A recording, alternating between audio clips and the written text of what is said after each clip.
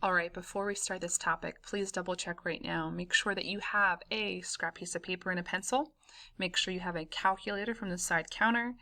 And make sure that you have headphones plugged in and ready to go. So our topic for today is talking about unit rate. Yesterday we talked about rates and rate tables, which talks about the relationship between one thing and another. Unit rate is very similar to rates. There's just a couple of things to keep in mind and to understand as we dive into unit rates. Unit rates are ratios with the denominator of 1, how much of something per 1 unit, a division problem. So we're going to be testing our dividing skills, but don't worry, we can use our calculators for all of these division problems, so make sure you have it ready to go. A couple of examples of unit rates, which would be below. Cows per 1 acre, apples per 1 pie, miles per 1 hour, pages per 1 minute, and calories per 1 serving. Notice I wrote the word 1, 1, 1, 1, 1 for every single one of these examples. Remember, unit rates are comparing one single unit. We want to take one quantity per one whole unit. And if you're like, I have no idea what you're talking about, Mrs. Thomas, stick with me. It'll make hopefully a little bit more sense as we do some examples. So here's how it works to find the unit rate. There's 3 simple steps that you have to follow. Number 1, when we read the question, you want to figure out which amount makes sense as the single unit. Step number 2 is to write that as blank per that single unit. And then the third step is to divide the first number by the second number. And those are the 3 steps. Remember, the word per actually equals the word divide. So whenever you see the word per, that's telling you, oh, that means I have to divide for this problem. And those are the 3 steps to find unit rate. So what I'd like you to do is on your scrap piece of paper is I would like you to jot down the 3 examples that we're going to be doing. The first 2 we're going to do completely together. The third one you're actually going to pause the video and do it on your own and then double check to see if you were right. So here we go. Here's our first example. So I'm finding unit rate. I have 3 steps. So I'm going to write them here. I'm going to read my question first.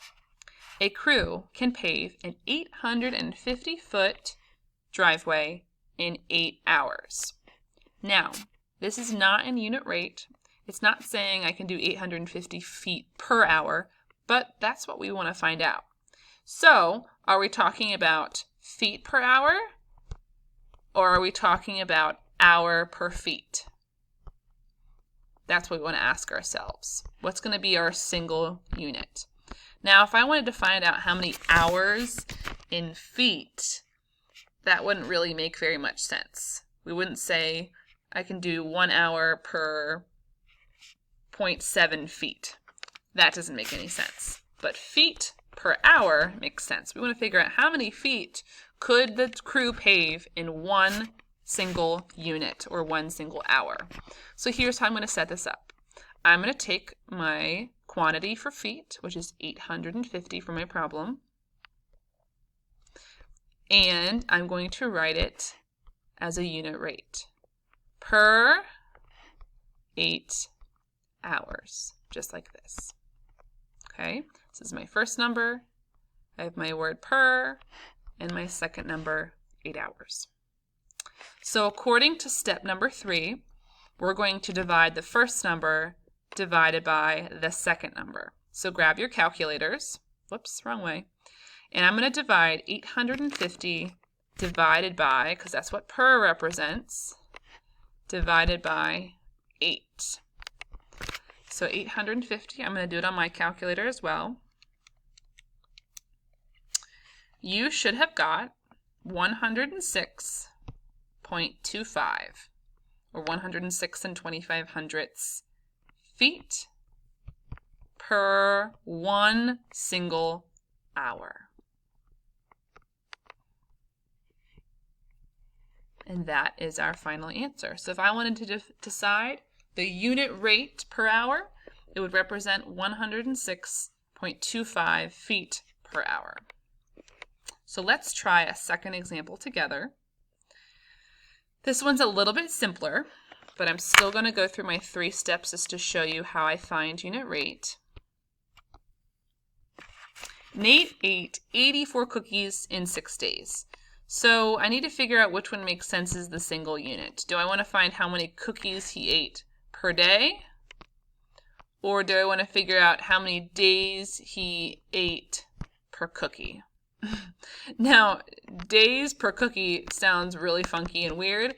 I don't even know how we would state that or solve that. So we know days per cookie is not the correct unit rate. We're going to write it as cookies per day. That's what we want to find out. How many cookies can Nate eat every single day? Not in 6 days, but in every day. So this now becomes a unit rate problem. 84 cookies per 6 days.